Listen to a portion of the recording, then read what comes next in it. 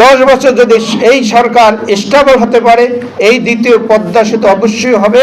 অন্তর্বর্তীকালীন সরকার যেভাবে ঋণ করে রেখে গেছেন, এইখানে রাষ্ট্র পরিচালনা করা অত্যন্ত দুঃসাধ্য ব্যাপার।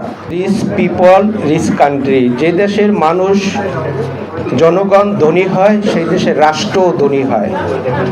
সেই রাষ্ট্র ধনীর ক্ষেত্রে রাষ্ট্রের কতগুলো মৌলিক, কতগুলো কাঠামোগত নির্ধারণ করতে হয় যে কোনটা প্রশাসনিক আগে, কোনটা সামষ্টিক অর্থে জনগণের জন্য প্রয়োজন।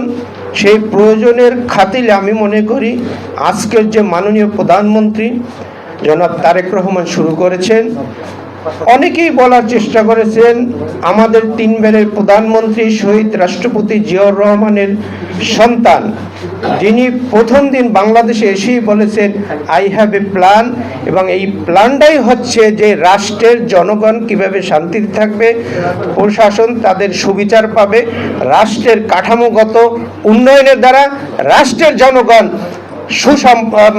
সুফল ভোগ করবে।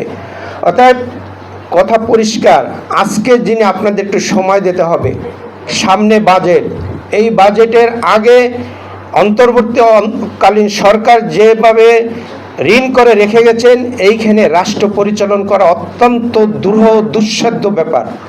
এইটা একমাত্র জনাব তারেক রহমানের জন্য সম্ভব।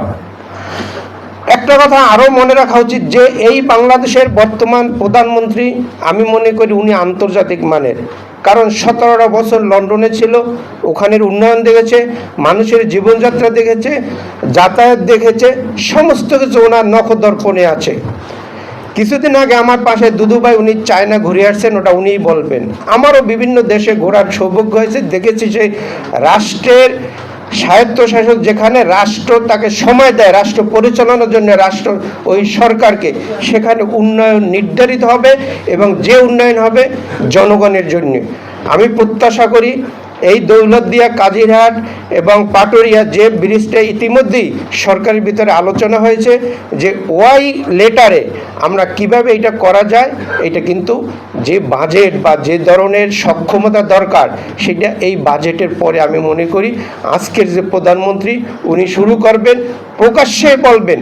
এবং আমার পাশে যেন 2 জন গুণীজন যারা রাষ্ট্র পরিচালনায় যাদের সক্ষমতা আছে, যাদের অভিজ্ঞতা আছে, রাষ্ট্র পরামর্শ দেওয়ার মতো ক্ষমতা আছে, আজকে তারা এখানে আছেন। আমি মনে করি তাদের মাধ্যমেই আগামীতে যে সরকার গণতন্ত্রের জন্য যারা আমরা দীর্ঘদিন আন্দোলনের মাধ্যমে প্রতিষ্ঠা হয়েছে, এই সরকার কোনো ভুল করতে পারে না। জনগণের জন্য প্রত্যাশার জায়গায় থাকবে, প্রত্যাশা পূরণের জন্য সমর্থন দরকার। আপনার শুধু জনগণের সমর্থন থাকলে আমি মনে করি যদি আগামী 10 বছর যদি এই সরকার স্টেবল হতে পারে, এই দ্বিতীয় পদ্মা সেতু অবশ্যই হবে।